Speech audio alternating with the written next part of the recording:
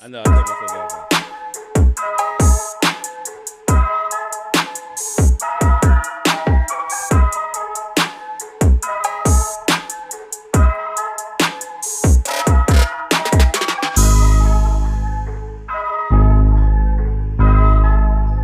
Hi, and welcome to the Industry Show. I'm your host, James Winborn, and look who I have in my studio today. Jordon and Danz is here. What's up, y'all? What's up? Uh-oh. This is going to be a good one. I can tell already. I can tell. So how y'all doing today? I'm good. Good. So let's start from the top. Let's take y'all back on a little journey real quick. I'd like to know, how did y'all both get into acting? Jordon, you can start first. So I did plays when I lived in Maryland, and I did plays in Baltimore. And so when I moved to Philly, I was trying to get into the industry, and it was tough. I didn't know like anything about auditions or anything like that. And then my friend Chanel, she had a film, and I auditioned for her film. Okay. And then from there, I was able to get like different projects and things. Okay. So do you remember your first film you did? Yeah, I did Freaks of Nature. Okay. All right. So how was that experience, the very first time out there doing it? It was fun. Like it was different from plays, because you know with plays you got to think on your feet, Right. and then with film it's a bit different because you're able to cut, you're able to reset and things like that. So it was a fun experience. It was cool to see how like things come together behind the scenes. Right. And then watching the final product, and you're like, oh, I remember filming that scene, Right. and the work that went into it. Was you told about angles and stuff? Like how many times you got to do takes and things that from the beginning? Because a lot of people don't know that from the beginning. Right. They No. say, I just want to act, Yeah. Why we got to do it again? Like, you know, so. Yes. Right. So. I wasn't told about that. So Okay. that was a bit annoying. Right. Having to do all the different takes and angles and everything. But then you realize once you see it, how it makes sense. Right. Got you. All right, Naz, what about you? Kind of different because I started off with the dance background. So I was choreographing for a young lady in Chester, and her manager recommended me for a play. Okay. To audition as a dancer. I got the role to dance in the show, but then the writer liked my personality, and she asked me if I'd be interested in acting, and I was like, oh, okay, sure. Right. Like, Okay. and she had me do a cold read, bombed it, was terrible. Then she gave me a scenario that at the time I could relate to, and nailed it. Okay. So I booked my first role as the She-Devil. See her face just dropped like. Because it wasn't like the scenario was more so like dealing with anger. It was basically like if your man cheated on you, and I was like, oh, I could do this one. So she saw my emotion from that, and that's how she cast me. And so like Jordon, I started off on the stage, theater, and then my church was having a casting call for a film, which I can't remember the name of it. It never came out. But that was my first opportunity on set. And then I met other filmmakers that way and actors that way, and started going to casting calls and stuff like that. And it just went from there. I always ask that question because it's amazing to hear it. Everyone's story is different. But you'd be surprised how many people accidentally bumped into this industry and got into it and loved it. By just filling in at times or just saying, I've talked to Tyrone. He told me that he was put into a play because someone else stopped showing up. And they just said, won't you just read the lines? And he did it, and then he fell in love with it. Oh, wow. Like, it's amazing how people just slide into this industry sometimes and just end up loving it, right? I'm sitting here like, which Tyrone is two of them? Oh, Blasting Game. Oh, okay. Yeah, okay. Blasting Game, yeah. Not Nathaniel, yeah, Blasting Game, yeah. I'm sorry, yeah, these. No, it's okay. I told both of them they got to change their names. So. Well, yeah, I have nicknames for both of them. Well, you got one is Blasting Game and one is Junior. Like, Oh, okay. I Got know you. the difference. All right, so now it's nothing but you. That's exactly. Yeah. So you wearing different hats on set, like Yes. all behind the scenes work you do. What's the hardest part of doing that for you?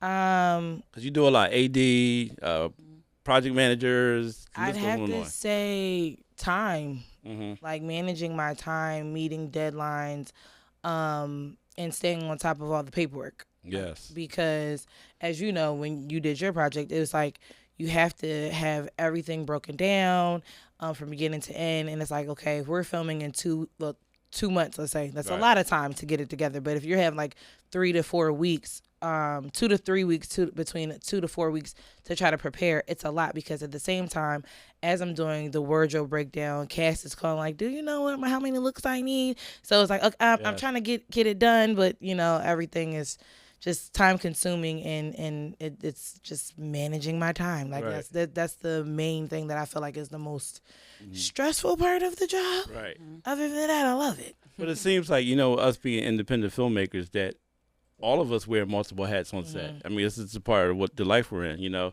We don't have the luxury of having a whole bunch of people behind us. Like, we got to be this person, this person, this person sometimes. It just comes natural in a way, But I always see, and like a lot of times people don't know who's doing things behind the scenes and don't get a lot of credit for what they do. But True. I always see you're on a lot of films. I know it could be stressful at times what you're doing, what you do. So, Jordon, you mentioned something about the stage earlier. What do you prefer, theater or film? Because I've worked with you on both. Yes. And I have. Yeah. So have I. Right. Yeah. Right. Yeah. So, That's what do a really you prefer? Good question. That's what I do. Good questions. Yeah. I don't. Maybe plays. Okay. But why? Because I like the fact that I'm stretched to think on my feet.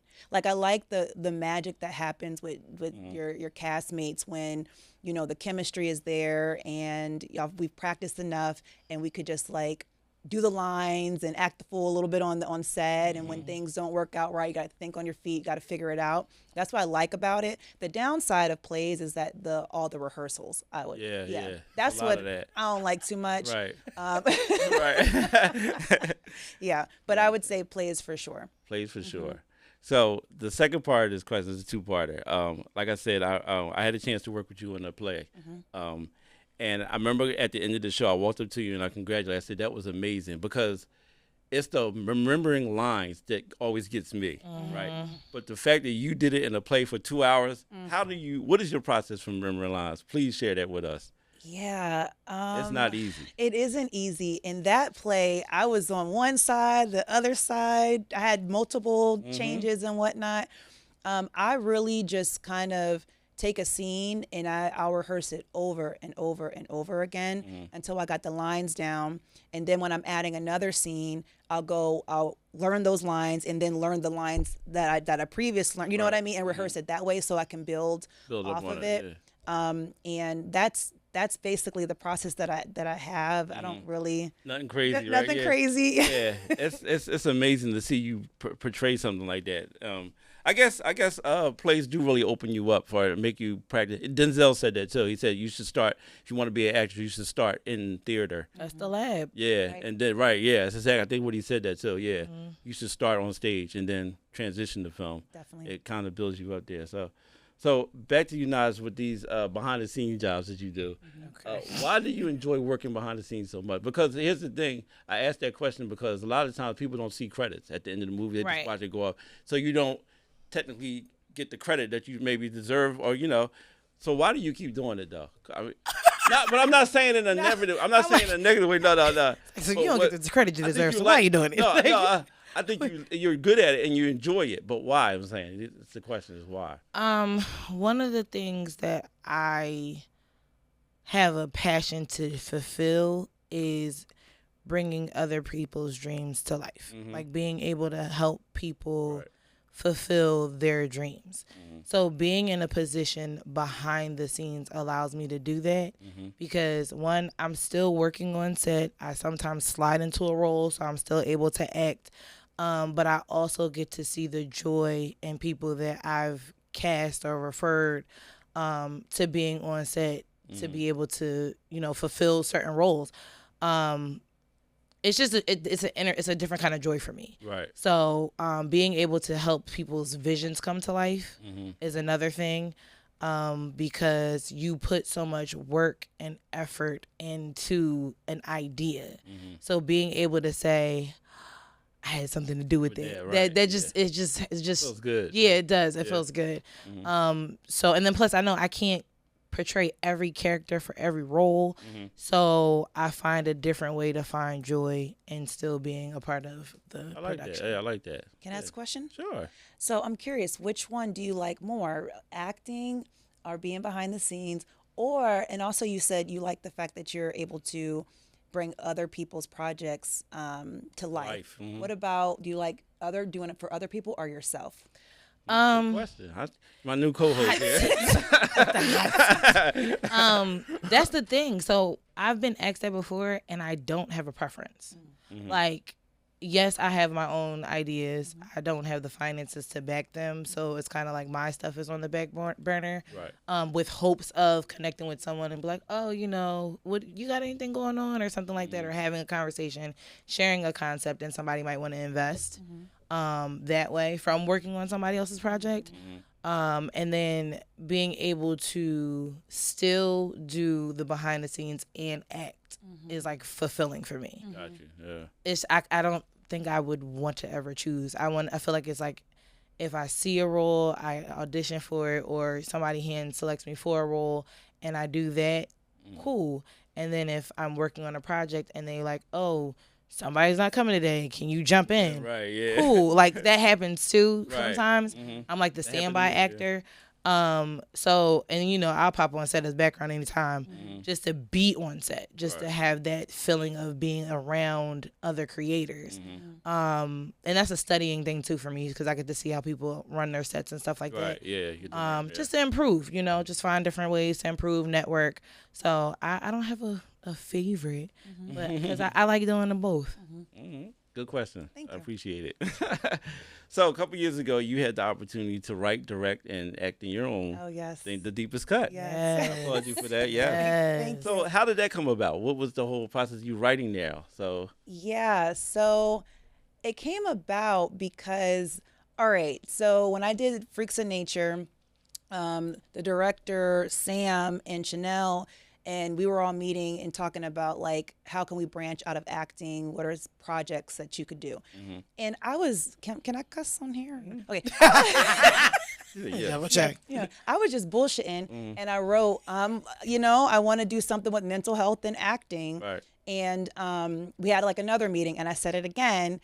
And then Chanel contacts me on the side, and she was like, all right, girl, you keep saying this. Let's make it happen. Right. And I'm like, I don't push know. you along. Right.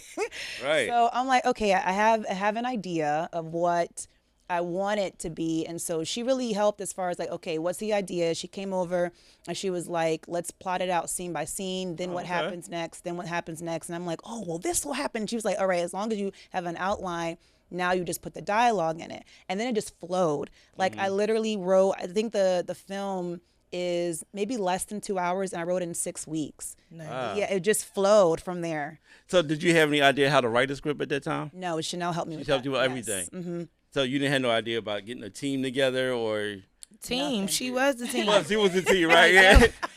Chanel you was was on the the team. set. You was on the scene. I was not. Oh, okay. I was not a part of The Deepest Cut, but I was behind the scenes. Oh, okay. So like I went through some things with Jordon while she was going through the whole process and things like that. I was like a shoulder to lean on during that time. Yes.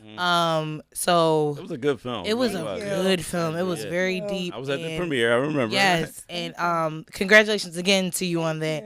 Like it was because I don't know. You remember I was at the door. Like I was helping out at the door. So it was just it just for her, for that to have been her first one, project yeah. and it to be so deep. Yeah. It's just like kudos to you because you touched, and at the time I was working in mental health, so it was like you touched a lot of things, a lot of topics, and a lot of factors that people need to heal from. Yes. Thank yeah. you for that. And you were definitely a big help for sure. Oh, thank you. You definitely were a big And help. for your See, helping somebody's vision come to life. right.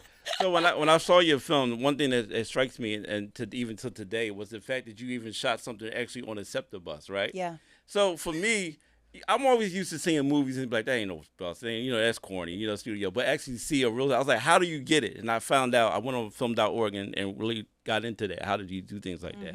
So that was impressive to me to see little things. Sometimes little things are big things to filmmakers, right? Yes. So I was kind of touched with that. Yeah, that's pretty good. It was a good movie though. Thank so. you. I appreciate So where's that film available now? So I'm running into a lot of issues when it comes to the sound, and I want to put out a product that I'm proud of. Like I know when it comes to the acting, when it comes to the story itself, it's great, but the quality of it, I want it to be amazing, and I don't want the quality to take away from the message. Got you. So it's been a lot of years and a lot of working with people who don't really carry out their end of the bargain when it comes to fixing it. And so that is what I'm running up against, is just making sure that the sound is good. And then I do want to put it out there, but also, you get discouraged too, because that film, we did it in 2019. That doesn't matter. They always say it doesn't matter how old it is. The first time people see it is the first time they see it. And the fact that I get what you're saying about quality and 2026 stuff like and we're still talking about it, right? Yeah. So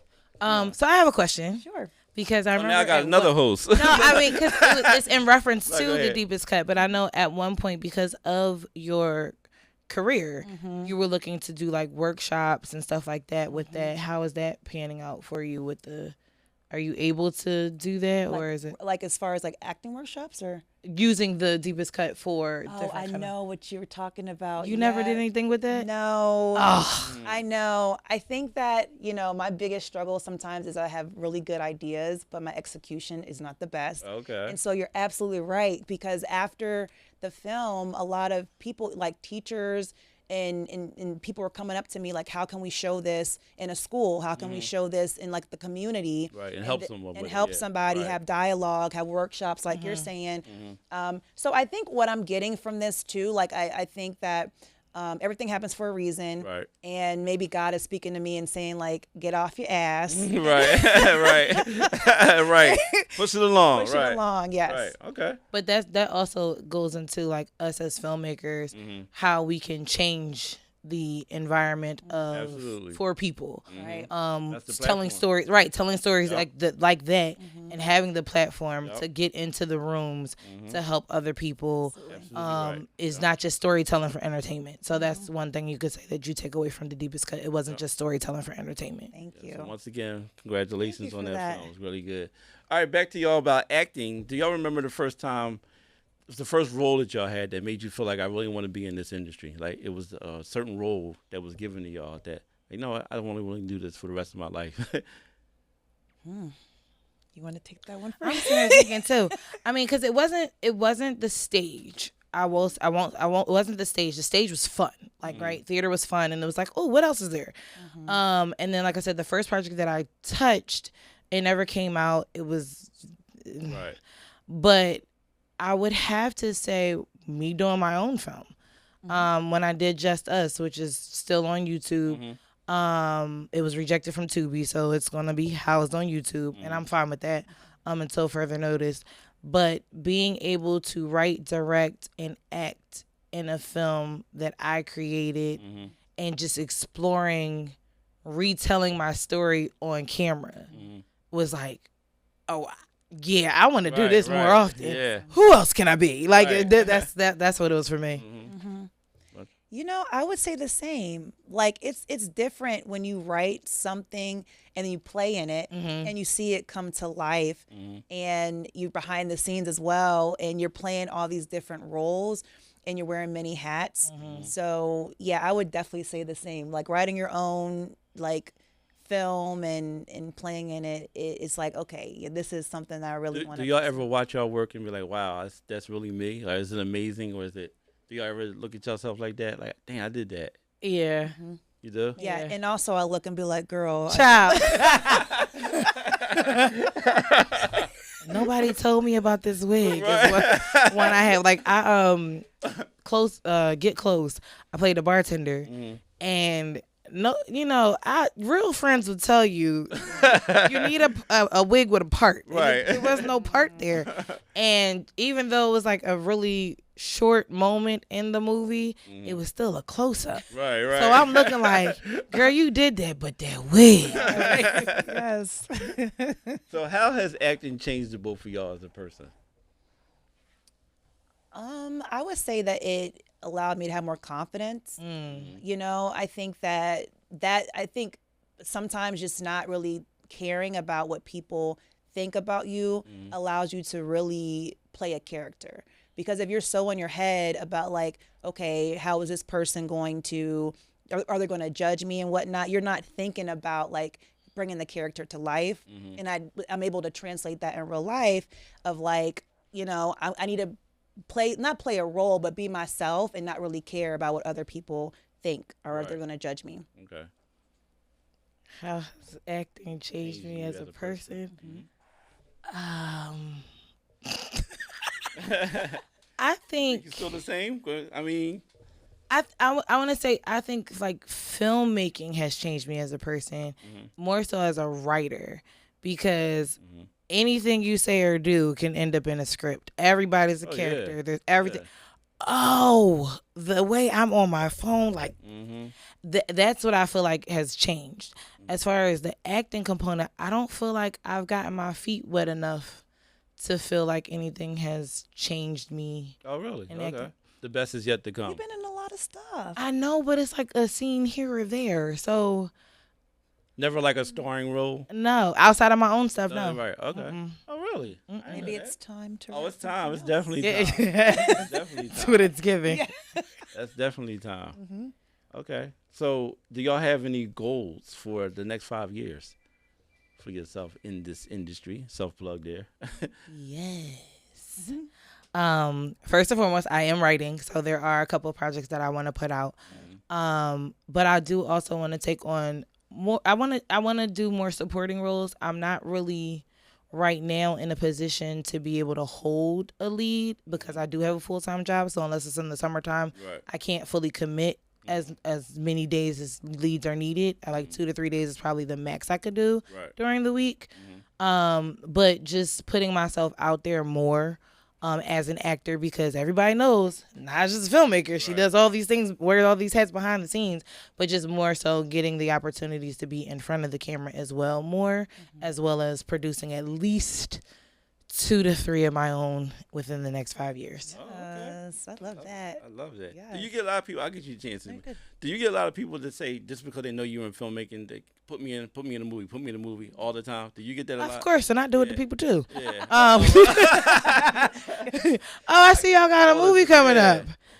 Everybody wants to be an actor. Doesn't know the process though. And that's the part that I love too, because there's also a workshop that I'm working on as well with helping people out with that process, and just from the beginning to the end. And I don't really want to say it on here because I'm seeing a lot of stuff pop up. But it's just, being a part of this industry and people feeling like, because I know you, I can be in something without taking classes, Right, without, just sending a Right. selfie, like all of those things. I'm here to help. Yeah. Yeah. I got you. Yeah, they think it's so easy and sweet. All they saying is the final edit on TV. Right. Right. So stay tuned. Something's coming your way. All right. Oh, 5 years. Your 5 year 5 plan. years. Well, I think when I did my first film, the goal was to continue to do like films and maybe even like shows and series that deal with mental health issues in the Black community. Yes. And so I think that what kind of stalled it is me trying to figure out what to do with The Deepest Cut. But I think that I do have like the bug to start writing more, because I have tons of ideas of what I want to do. So I think that will be what will be down the road for 5 Next years. 5 years. Oh, I wish you the best with that. We definitely need that in the Black community. Oh, I gotta lean in a little. Yeah. Yes, no, we'll talk off camera, because I definitely have a project that I would love for you to come on board as a co-writer with, because it Yes. definitely deals with mental health in a different capacity. Okay. Let's And do we it. need that nowadays, Yeah. and what's going on outside these windows. So Yeah. so go for it. Like, don't get discouraged, like you I said. won't. Don't get discouraged. So let's have a little fun now. So what's something about movie sets that most people would be surprised to learn about? They're long. I was say how long it takes to film. I just kind of touched on about the process. People don't understand the process, but So everybody complains about a 9 to 5. right. We're on set 12 hours I did 16 last Saturday. minimum. Yeah. Like 10 to 12 hours minimum, 16 to 18 maximum. I've been on the set for 20 hours one time, but Yeah. that's not normal. Right. But normal is 12 to 16 hours a day. Those days are long, and like Jordon said, the retakes, the different angles, Absolutely. it's a long day and it's a long process, and most of the time you only eat once. Yeah, right. Yeah, right. Food is always mentioned in this, right? You get one meal. Right. Anything surprising on your end that you The can share? same, that it's just really long. And, naturally you get tired, but you have to, when they call your scene, you have to be ready. Right. So you have to figure out different ways to keep that energy up. And yeah, it's just the length of like Very being on rigorous. set. It's a lot.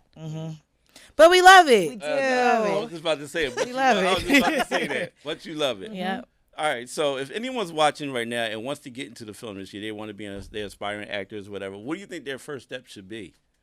Because people have so many ways they get into this, but what do you think? Find an acting class. Boom. I was gonna say that too. Yep. Please. I agree. Yes. I agree.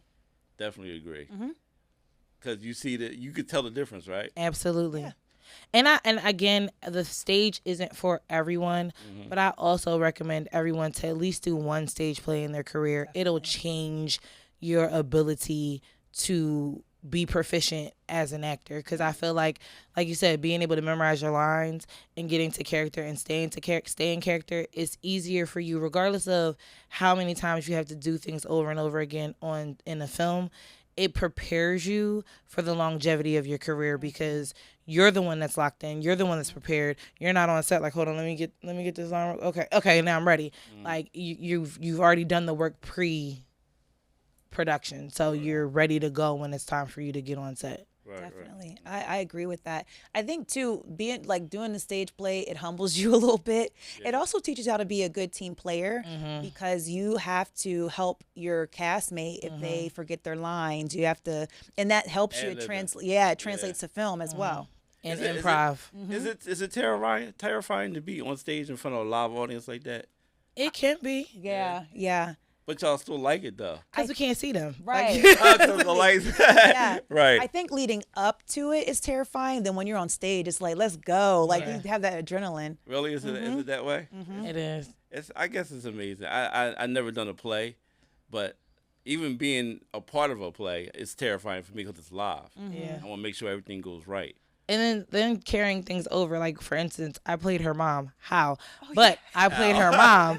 Yeah, I played her mom, and it was just like, Let's in talk real about life, that, right? we are so close in age, Right. it doesn't make sense. Right. But we did it, and it was a good time. Yep. What was was good. What's the makeup? Did they make you look older? No. Oh, they No. did? I was a foxy mom, okay? I think I was supposed to be She was a young mother. She Yes. got me very young. like 9. I was like 9.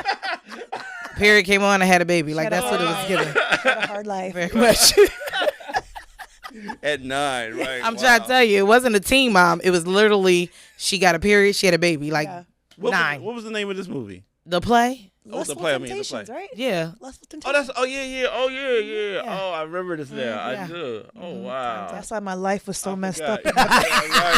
I remember the storyline. Yeah. With your mom. Wow, I forgot about that. That's crazy. But yeah, acting scares me. I mean, on stage. Yeah. Live. But I brought that up to say that was like a thing. Like, is the audience going to really feed into this and believe this? Because I wasn't aged. So it's one of those situations like, is it believable? Can I pull this off of being a mom to someone that's close to my age in real life? Right. So that was something that I took, that it was like, I got to commit. Right. I got the character, I got the role, I got to commit, and hopefully it portrayed well. It did. Yay. It did. All right. Well, I thank y'all so much for being my guest today. You know what? I think we should just do another episode. All right. Well, thank you for do having us. it. So Yeah. let's do it again. I want everyone to tune in. We will be coming back with the next episode of the Industry Show featuring these two lovely ladies. I thank y'all for joining in, and have a good day. Thanks.